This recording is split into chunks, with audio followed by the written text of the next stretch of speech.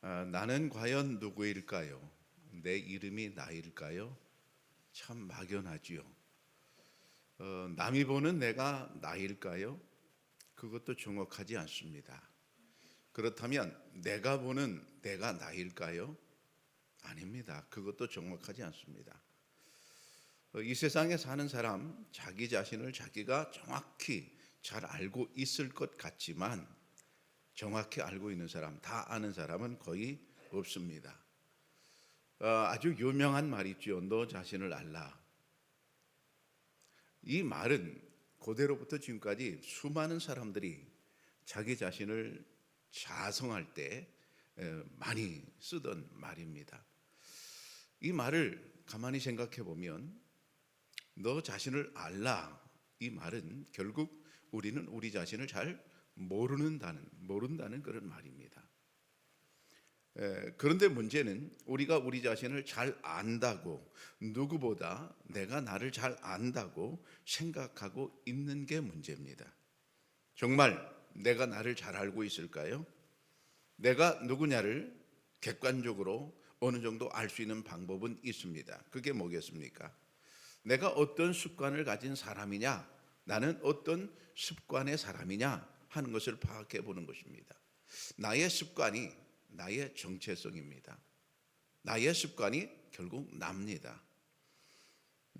성공하는 사람들의 7가지 습관이라는 책이 있습니다.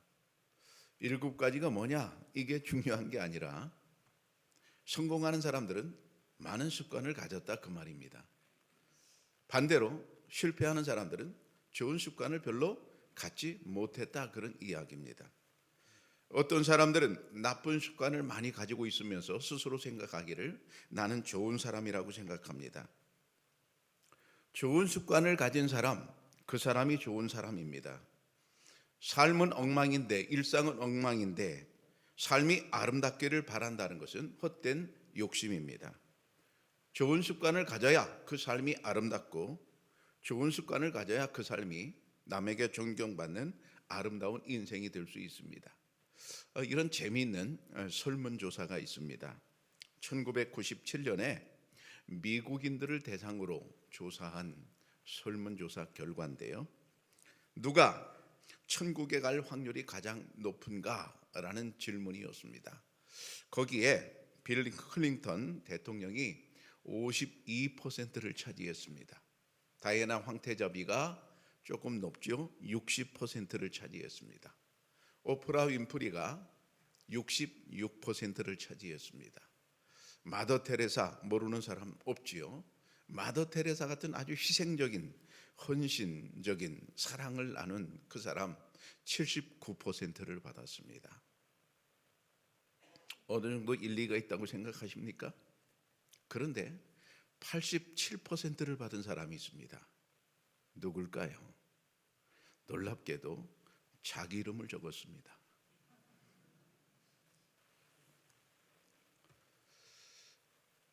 말이 된다고 생각하십니까? 왜 이런 결과가 나올까요? 저렇게 대단한 사람들보다 자기가 더 잘났단 말일까요? 물론 성경적인 근거는 아닙니다. 그냥 일반인들에게 설문을 한 것입니다. 이것을 우리는 어떻게 설명할 수 있을까요? 내성 착각입니다. 자기 관찰의 착각이라는 그런 이야기입니다. 사람들은 자기 자신의 정신 상태에 관해서 자신이 잘 아는 통찰력이 있다고 믿는 경향이 있습니다. 나는 아주 나를 잘 알아, 그렇게 생각합니다. 정말 우리는 자신을 잘 알고 있는 것일까요? 에밀리 프로닐이라는 프린스턴 대학의 심리학과 교수는 이렇게 말했습니다. 사람들이 자신의 심리 상태에 대해서는 근원이 무엇인지 직접적인 통찰력을 갖고 있다고 잘못 생각하는 반면, 다른 사람들의 자기 성찰 능력은 믿을 수 없다는 식으로 취급한다. 특정 상황에서 이 같은 착각은 자신의 행동이나 앞으로의 심리 상태에 대해 매우 확신하지만 실은 잘못된 예측이, 설명이나 예측을 하게 만든다 그랬습니다. 다른 사람에 대해서는 그 사람의 어떤 통찰력이 시원치 않다고 여기는 반면, 나는 나에 관해서 아주 잘 알고 있다고 생각한다, 그런 얘기입니다. 그게 착각이라는 겁니다. 그런데 그게 뭐가 문제냐? 바로 이게 문제입니다. 자기가 자기 자신을 잘 알고 있다고 생각하기 때문에 내가 무슨 일의 계획을 꾸밀 때 그 예측을 하잖아요. 그 예측이 대단히 틀린다는 그런 얘기입니다. 그렇기 때문에 우리는 연초에 계획한 대로 이루지를 못하고 거의 틀려버린다는 그런 이야기입니다. 맞지요? 취업에 성공하면 그것은 사람들이 내가 실력이 있어서 취업했다고 여깁니다. 탈락하면 공정하지 못해서 탈락했다고 생각을 합니다. 뭐든지 자기 위주지요. 사람들은 이같이 똑같은 행동에 관해서 자신에게 되는 잣대와 남에게 되는 잣대가 서로 다르다는 얘기입니다. 이중잣대지요. 우리는 그것을 흔히 내로남불이라고 말합니다. 내가 하면 아름다운 일이 되고요, 남이 하면 불륜이 되어버리는 것입니다. 나 자신의 실수에 대해서는 매우 관대하고 남의 실수에 대해서는 매우 야박하게 되는 것입니다. 나는 어쩔 수 없는 사정이 있어서 그랬고, 나는 할 말이 있고, 저 사람은 절대 그러면 안 되는데 그런 실수를 했다고 평가해 버립니다. 좋은 것은 내 탓이고 나쁜 것은 조상 탓이라고 했습니다.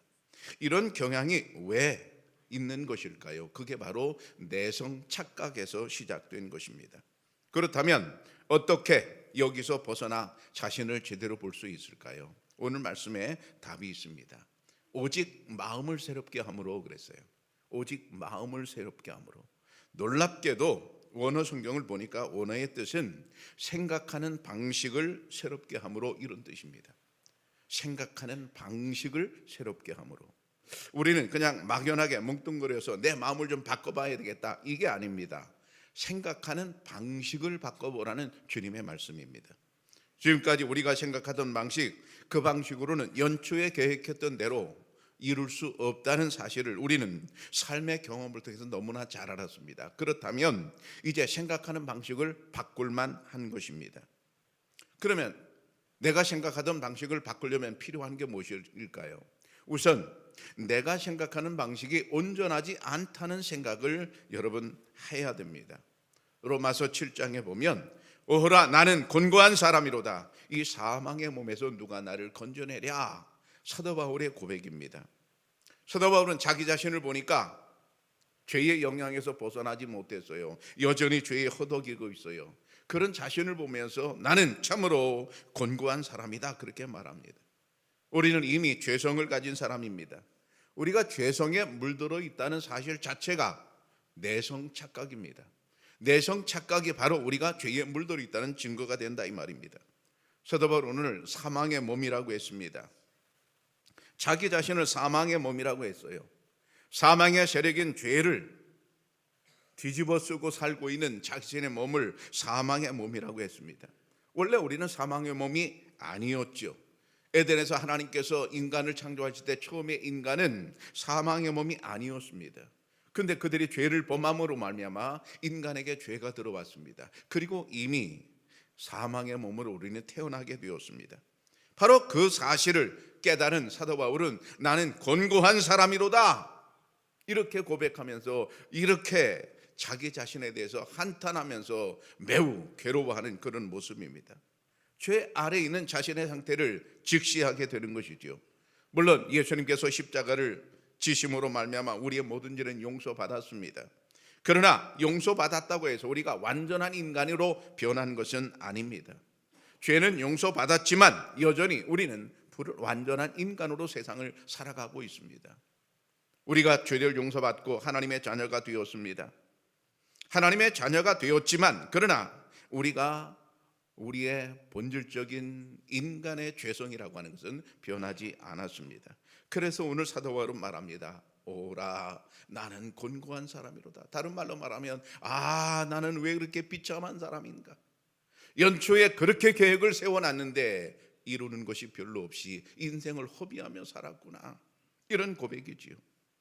나는 참으로 한심한 인간이로구나. 내가 그렇게 큰 마음 먹고 결심하고 바꾸려고 애를 써봤지만 결국 또 못 바꾸고 또 예전의 습관대로 살아가고 있는 자신의 모습을 보면서 나는 참 한심한 사람이다, 그런 이야기죠. 여러분, 우리가 죄는 용서받아서 하나님의 자녀가 되었지만 우리의 죄성은 여전히 우리 속에서 나를 지배하고 있는 것입니다. 이 사실을 먼저 인정하고 내 마음의 변화를 받아야 할 것입니다. 내가 생각하는 것이 반드시 올바른 것이 아닐 수도 있다는 유연한 사고가 필요합니다. 유연한 사고가 힘이고 유연한 사고가 가능성입니다. 유연한 사고를 하는 것은 생명이다라고 말한 사람이 있습니다. 바로 이재용이 씨가 그런 말을 했는데요. 삼성그룹의 총수지요. 삼성그룹 그 대단한 많은 직원들에게 그가 하는 말이 유연한 사고만이 우리가 빨리 변화되는 이 세계에서 살아남을 수 있는 길이다, 그렇게 말하는 것입니다. 여러분, 우리가 유연한 사고를 하려면 내 생각이 틀릴 수도 있다는 사고를 해야 되는데, 그러려면 우리는 고통이 따릅니다. 나를 부인하는 일이 필요하죠. 성경 말씀에 자기를 부인하고 자기 십자가를 지고 나를 따라와라 말씀하시는 것은 결국 나를 벗어나라는 말씀이죠. 나를 부인해보라는 말씀이잖아요. 그러려면 고통이 따릅니다. 왜 그렇습니까? 나를 버리는 데는 자존심이 뭉개지거든요. 세상의 모든 변화는 고통이 없이 이루어지는 것은 없습니다. 애벌레에서 나비가 되는 과정을 보면 애벌레가 고치로 들어갑니다. 그리고 고치를 뚫고 나와야 됩니다.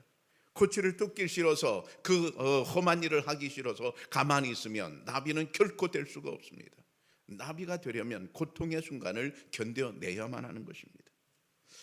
바로 그런 점에서 오늘 말씀에 보면 변화를 받아 그랬어요. 변화를 받아. 우리가 생각의 방식을 바꾸고 그 다음에는 이제 변화를 받는데, 여기 변화라고 하는 말은 본질 그 자체를 의미합니다. 인간의 본질, 즉 우리의 속사람이 완전히 변화되는 것이지요. 하나님의 은혜를 받아서 우리의 속사람이 변화되면 결국 우리는 생각하는 방식이 바뀌게 되고 진정한 변화와 진정한 만족을 얻게 될 수 있는 것입니다. 만약 인간에게 죄가 없다면, 우리가 죄 없다면, 우리에게 죄성이 없다면 연초에 내가 계획한 대로 그대로 다 이루어져야 됩니다. 그런데 우리는 연초에 계획한 대로 다 이루지를 못하고 삽니다. 왜 그렇습니까? 우리는 이미 고장난 인간이기 때문입니다. 원래 하나님께서 인간을 창조하셨을 때는 고장나지 않았어요. 완벽한 인간이었어요. 죽음도 없고 죄도 없는 인간이었어요. 근데 죄를 아담이 범함으로 말미암아 이미 인간은 범죄한 인간이 되고 말았고, 그 위에 태어나는 인간은 모두 죄가 있는 인간으로 태어나고 말았습니다. 제가 이것을 이제 이해하기 쉽게 고장난 피조물이라고 말씀하시는데, 우리가 변화를 원한다면 우선 이 사실을 인정하고 들어가야 됩니다. 나는 고장난 인간이구나. 여러분, 우리가 자동차를 운전하다가 자동차가 시원찮아요. 어디가 고장이 났어요. 그러면 속도를 줄여야 됩니다. 고장 났는데도 계속 제 속도로 가면, 빠르게 가면 큰 문제가 생기지요. 고장났으면 줄여야 됩니다. 여러분, 젊다고 온전한 인간이 아닙니다.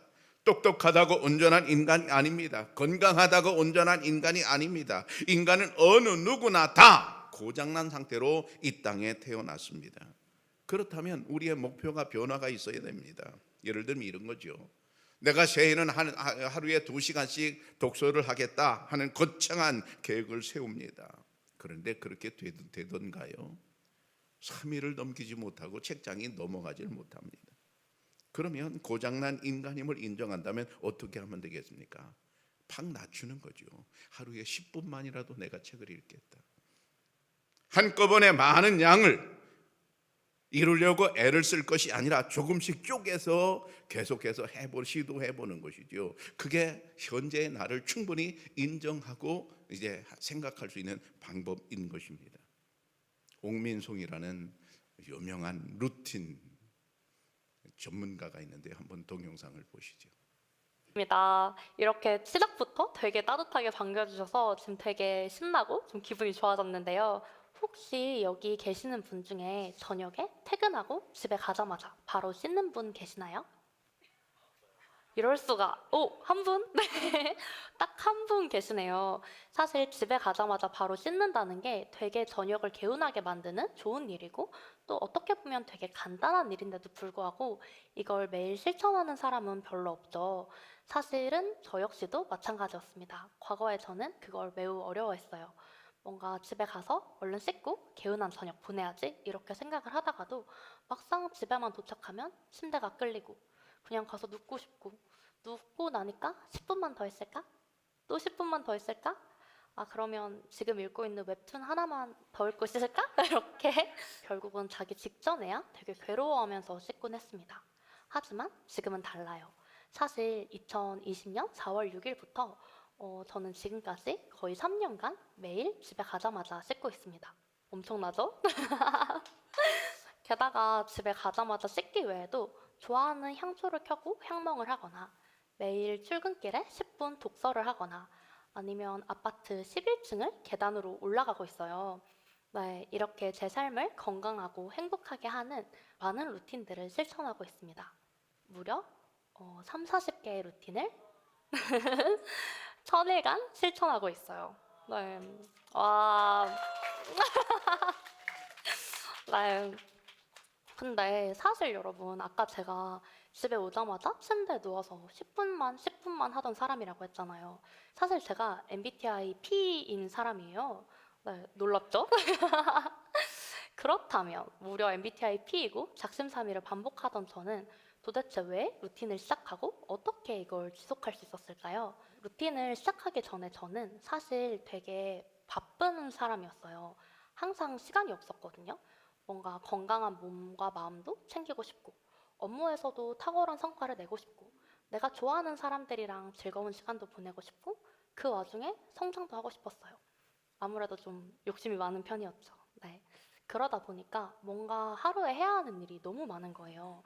그래서 뭔가 내가 요즘 체력이 떨어져서 좋아하는 일을 잘 못하는 것 같아. 그러면은 하루에 1시간 정도 운동을 해볼까?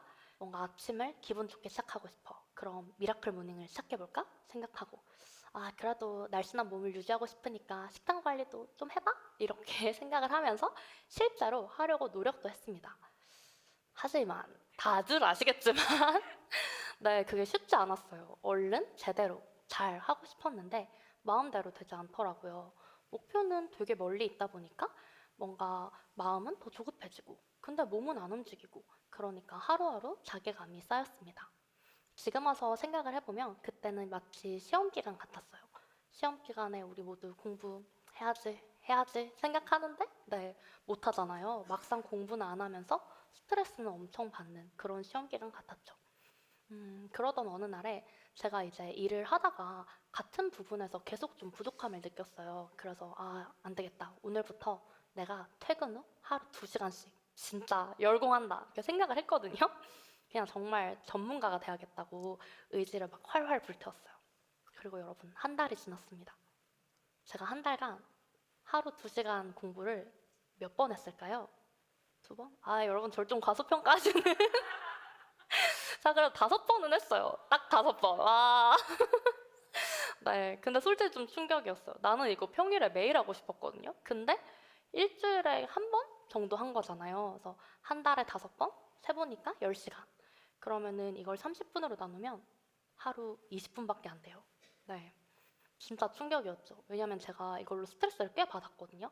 오늘은 2시간 해야지, 오늘은 해야지, 이 생각을 계속 하니까 매일매일, 5번밖에 안 했지만 정말 매일매일 스트레스를 받았어요. 근데 이게 고작 하루에 20분이었다면 내가 이걸로 이렇게 스트레스 받을 일이었나? 진짜 그렇게 할 걸. 그냥 하루에 20분만 할 걸. 그러면 훨씬 쉽고 스트레스도 덜 받았을 텐데. 빨리 잘하고 싶다는 마음이 오히려 저를 좀 망쳤던 것 같더라고요. 어차피 빨리 하려고 했던 거의 결과가 이거라면 이번에는 그냥 천천히 대충 작게 해보기로 했습니다. 그래서 이번에는 하루 딱 10분만 하기로 했죠. 사실 뭐 하루 10분 그걸 언제 할까를 좀 고민을 했거든요. 근데 아무래도 이제 직장인의 공부다라고 하면은 보통 뭐 책 읽기 아니면 영상 보기잖아요. 그래서 저는 이제 그거를 출근길에 좀 하기로 했어요. 그래서 제가 성장하고 싶은 분야의 책을 골라서 하루에 딱 10분만 하기로 한 거죠. 솔직히 제가 하면서도 이게 도움이 될까? 라는 생각이 좀 들었어요. 하루 10분으로 성장해봤자 얼마나 성장할까? 내가 원하는 그런 성장 속도를 낼 수 있을까? 이 속도로 원하는 결과까지 가려면 얼마나 까마득할까? 막 이런 생각이 들더라고요. 10분은 생각보다 정말 긴 시간이었어요. 저는 당시에 이제 지하철로 26분 정도 거리에 있는 곳에 살았거든요. 그래서 이제 매일 지하철을 타서 그냥 일단 처음에는 밀린 카톡을 답장을 하고 그 다음에 이제 책을 읽기 시작했어요. 근데 그 10분만으로도 지식이 쌓이더라고요. 10분밖에 안 되니까 오히려 엄청 집중을 할 수 있었어요. 그리고 책이 유난히 술술 읽히는 날에는 하루에 15분, 20분 정도 읽기도 했습니다. 그리고 혹시 그러다가도 아침에 이제 일이 생겨서 못하는 날이 있을 수 있잖아요. 그때는 포기하지 않고 퇴근길에 딱 10분만 내면 되겠다고 생각을 했어요. 그러다 보니까 오히려 익히기도 쉬웠고요. 그렇게 이제 하루 10분씩 시간이 지나니까 조금씩 달라지는 게 느껴지더라고요. 별다른 스트레스 없이 2주에 3, 4시간 정도 공부할 수 있었죠. 그리고 이 시간이 길어지니까 어느 순간 매일매일 좀 뿌듯함? 자부심? 그런 게 좀 쌓이기 시작했어요. 나는 원하는 게 있을 때 말만 하다가 포기하는 사람이 아니야. 나는 어떻게든 방법을 찾아서 결국 해내는 사람이야. 그런 자부심이 생기더라고요. 그래서 이번에는 딱 30분만 일찍 나가서 회사 1층 카페에서 공부를 해보자 라는 생각을 했어요. 근데 대신 30분을 꽉 채우면 제일 좋지만 사실 10분만 해도 효과가 있다는 거 이제는 알잖아요. 그러니까 좀 늦게 일어나거나 피곤한 날에는 그냥 포기하고 딱 10분이라도 하고 올라가자 이렇게 계획을 세웠어요.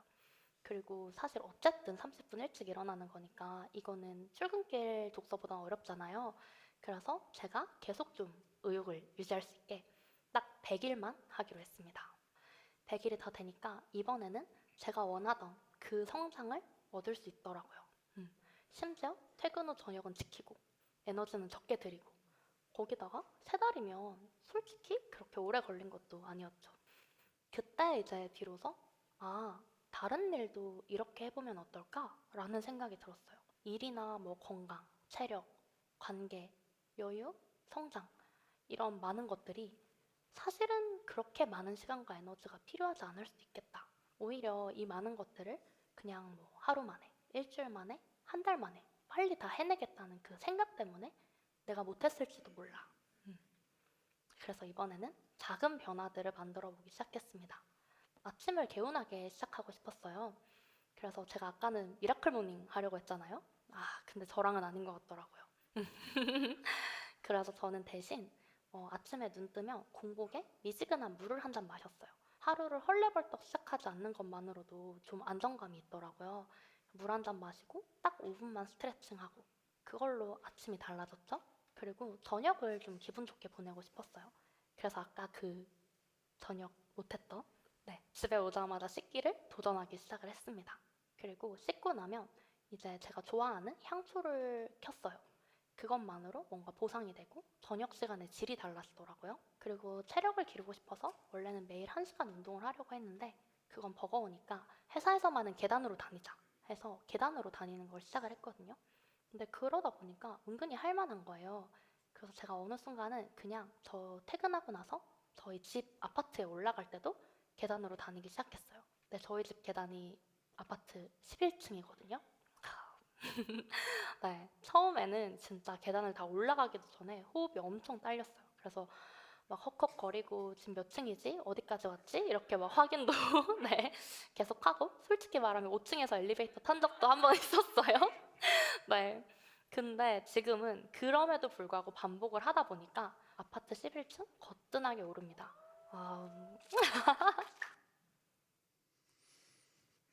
저걸 보면서 뭐를 느끼셨는가요? 작은 성취가 모여서 변화를 만들어주는 그런 이야기입니다. 그러니까 작은 성취는 결코 사소하지 않습니다. 변화의 목표가 어떠냐, 변화의 목표가 크기가 어떠냐, 그게 중요하지 않습니다. 변화의 횟수가 중요합니다. 변화의 있어서 여러분 우리는 목표를 크게 잡고 그걸 이루려고 애를 써봤지만 번번이 실패했습니다. 그게 실패하는 방법입니다. 그걸 쪼개서 작게 목표를 만들어서 계속 성취를 하다 보면 어느 순간 내가 원래 원하던 목표를 이룰 수 있다는 그런 이야기입니다. 그런데 나는 할 수 있다고 생각하고 아주 거대한 목표를 이제 들고 시작한 게 바로 착각이었습니다.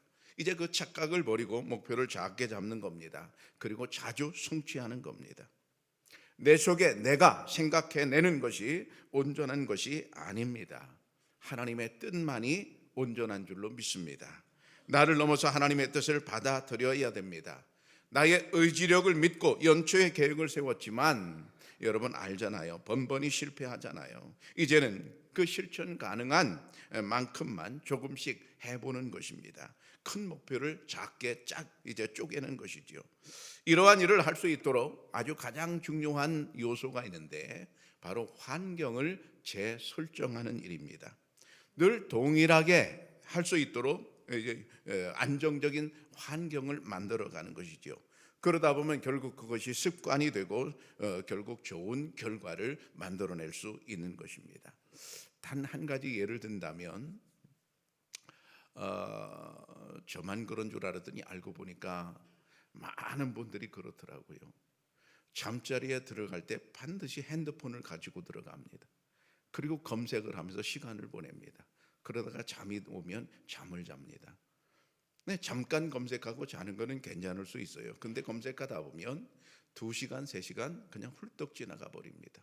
그러면 다음날 멍롱하고 몸도 피곤하고 집중도 안 되고 그런 일이 반복이 됩니다. 결국 삶의 질이 뚝 떨어지게 되죠. 저는 목사이기 때문에 새벽 기도를 해야 되잖아요. 그럼 새벽 기도가 지장이 되더라고요. 졸리더라고요. 왜? 밤에 잠을 제대로 못 잤으니까요. 남들은 모르지만, 성도들은 모르지만 나는 알고 있잖아요. 내가 왜 졸리는지 알고 있잖아요. 그래서 어느 순간 이것을 어떻게 바꿀까? 이건 아니다 생각해서 바꾸기 시작했는데 뭐를 바꾸는가 하면 간단합니다. 잠자리에 들어갈 때는 핸드폰을 꺼버립니다. 아주 간단합니다. 그러면 알람이 있어야 새벽에 나올 거 아니에요. 그냥 뭐 깰 때도 있지만 못 깰 때도 있잖아요. 그래서 라디오를 하나 샀습니다. 라디오에 알람 기능이 있더라고요. 그 알람을 듣고 일어나면 되고요. 또 한 가지 핸드폰을 끄는 이유는 전자파 때문이었습니다. 수면은 편안하게 수면을 즐겨야 되는데 전자파가 왔다 갔다 하잖아요. 그러면 건강에 안 좋잖아요. 그래서 이런저런 이유 때문에 잠자리에 딱 들어가면 무조건 핸드폰을 끄기를 시작했습니다. 끄니까 어떤 결과가 나올까요? 새벽 기도 때 거의 졸리지가 않습니다. 기도를 제대로 할 수가 있게 되었습니다. 원하는 목표를 이룰 수가 있게 되었습니다. 여러분, 우리가 이 세상에 살아가면서 여러 가지 나름대로 목표를 세우고 살아갑니다. 그런데 목표가 중요한 게 아닙니다. 목표를 이룰 수 있는 환경을 만들어가는 게 중요합니다. 상황을 만들어내고 조성한다면 우리는 그 상황 속에서 자동적으로 좋은 그런 모습으로 내가 습관을 만들어갈 수 있습니다. 일이 훨씬 잘 되게끔 하려면 상황을 조정하고 그 상황에 맞게 아주 빠르게 그리고 정확하게 행동할 수 있기 때문입니다. 미지앙 플라스라는 말이 있습니다. 이게 프랑스 말이라고 하는데요. 제자리에 놓다 이런 뜻입니다. 여러분 이게 좀 입에 붙으면 좋겠어서 한번 좀 따라해 보실래요? 미지앙 플라스. 프랑스 말을 우리가 오늘 하나 배웠습니다. 다시 한번 합니다. 미지앙 플라스. 제자리에 뭔가를 놓다 그런 뜻인데요. 프랑스의 고급 요리사들은 이것을 철칙으로 한답니다. 물론 아마추어하고는 좀 다르지요. 고급 레스토랑의 아주 고급 요리사들은 모든 걸 다 세팅해 놓고 음식 만들기를 비로소 시작한다고 그래요. 조리기구 제자리에 딱 있어야 되고요. 음식 재료들 제자리에 다 있어야 되는 것입니다. 그러면 어떤 결과가 나올까요? 음식의 맛을 내는데 똑같은 맛을 내는데 집중하면서 일할 수 있는 겁니다. 혼란스럽지가 않은 겁니다. 근데 아마추어들은 이렇게 한대요. 한참 하다가 설탕이 부족하네. 설탕 찾으러 가고 한참 하다가 밀가루가 없네. 밀가루 찾으러 가고. 그럼 음식은 어떻게 될까요? 음식은 시간이잖아요. 제대로 맛이 날 수가 없는 겁니다. 음식은 음식인데 일정하지 않은 거죠. 어느 날은 맛있고 어느 날은 맛없고 이상하게 되는 거죠. 그래서 프랑스의 그 고급 요리사들은 아주 선배로부터 늘 배우는 게 있는데 모든 걸 다 제자리에 놓고서야 음식을 시작한다고 그래요. 만들기를. 아마추어일수록 일을 하면서 허둥지둥 된 모습을 우리는 늘 일상에서 봅니다. 왜 허둥지둥 될까요? 환경을 안 만들어놔서 그렇습니다. 환경이 문제인 거지요. 환경을 제대로 세팅해 놓고 그 안에서 내가 무슨 일을 한다면 내가 일을 제대로 집중하면서 할 수 있는 어떤 능력이 개발이 되는 거지요. 여러분, 이 미지앙 플러스라고 하는 것은 사소하지만 아주 강력한 습관 촉진제가 됩니다. 강력한 것이죠. 굉장히 중요하죠. 자제력이 뛰어난 사람들은 자신의 의지를 의지하는 것이 아니라 환경을 의지한다고 그래요. 무슨 얘기냐면 어떤 그룹에게 10분 안에 문제를 풀면 돈을 주겠다고 제안을 하고 실험을 했습니다. 근데 환경이 두 개예요. 하나는 시끄러운 음식점에서 문제를 풀게 하고 10분을 주는 겁니다.